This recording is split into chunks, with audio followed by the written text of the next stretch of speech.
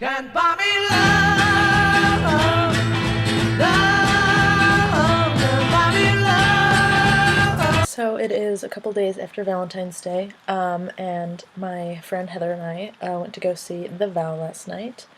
We had been kind of dying to see this ever since we saw a preview for it, like, I don't know, about a month back or so. So we had, like, planned to go out and see this movie.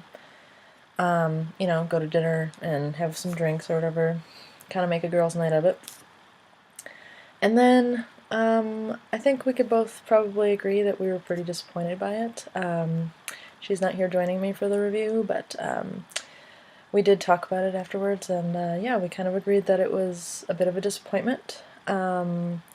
It wasn't, what we expected it to be. It wasn't horrible, but, not necessarily something that either of us would ever want to own when it comes out on DVD. So, first of all, the premise of the story, basically, it's pretty obvious in the story, or based on the previews. It is based on a real life couple. I don't know to what degree, but it is based on a real life couple. And there's a terrible accident. She loses her memory. She forgets pretty much everything about getting married and, even knowing her husband. And her last memory is of like 5 years prior to that. Or maybe even 10 years prior, I don't remember. But so a huge chunk of her memory is gone. And so, as the previews suggest, he, is trying to get his wife to fall back in love with him again. And I guess, like, that's kind of where I thought it was going to go. Like, I thought there was going to be a lot more of that. But there wasn't nearly as much as I expected. Like, he does try and, like, reenact, like their first date or whatever, and he does, quite a bit to try and jog her memory as far as, like, trying to get her back into her daily routines from when they were married, but, like, he kind of gives up. I guess to me it seems pretty easily, but I don't know. I mean, I could see how it's frustrating because, the woman that you love and that you married pretty much sees you as a stranger. So it is very difficult to, live with that when you have all these memories and she has lost all of them. So it is really super sad that happened. And I also was irritated because, as hot as Channing Tatum is, because he is, he's a mumbler. He likes to mumble, and it kind of bothers me because, like, it feels as though he, like, barely opens his mouth when he talks, and so that's what makes him mumbly. And it bothers me that directors haven't been like, listen, you look good, but you sound like crap. So let's work on that so that you can look good and sound good too. But yeah, that bothers me. Everyone told me, like, beforehand that it was gonna suck, and that the ending really sucked.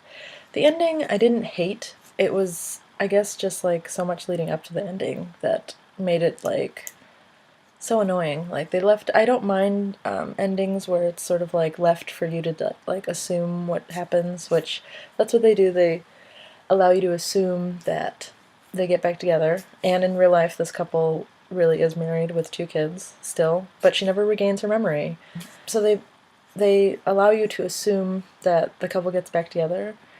So I don't hate that, but, like, it's called The Vow, and it's really cute because they get married, and they wrote their own vows, and they wrote them on the back of the menu of the restaurant where they had their first date. Each of them did, and didn't realize that the other person did it.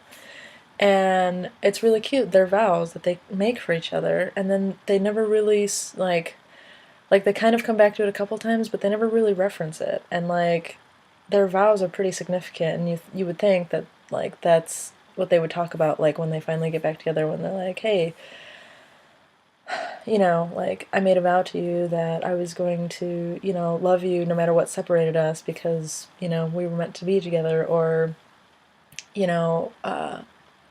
like, because goes and runs into him right after she, like, reads her vows, which she doesn't remember writing, but she reads them, and, like, I don't know, you would just think that she would go and be like, hey, I know I don't have any memory of it, but I did make these vows to you, and, you know, perhaps I should try and make it up, and I don't know.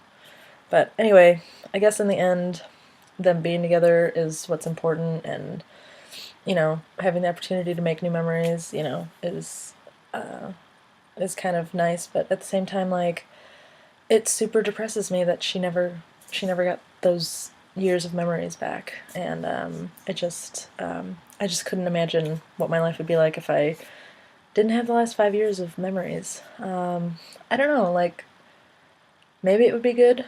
You know, I've had some pretty unpleasant memories in the last 5 years, so perhaps it would be good to not remember those things, but then at the same time, like, there's a lot of good memories that I would hate to lose uh, if I had a significant brain injury or something. So, anywho,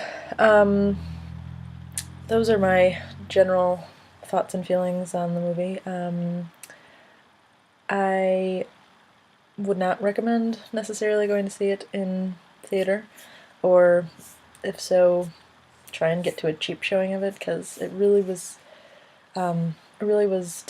slightly disappointing and deceiving. Because you just, as sweet as it is that he tries to win her back, like, he doesn't do as much as you think he's gonna do. So yeah, and yeah, so check it out. Let me know what you think. I I didn't hate it. I didn't love it. It was just okay. Probably wouldn't see it again though. So those are my thoughts. Stay tuned for my next movie or book review. We'll see. See you next time. Everybody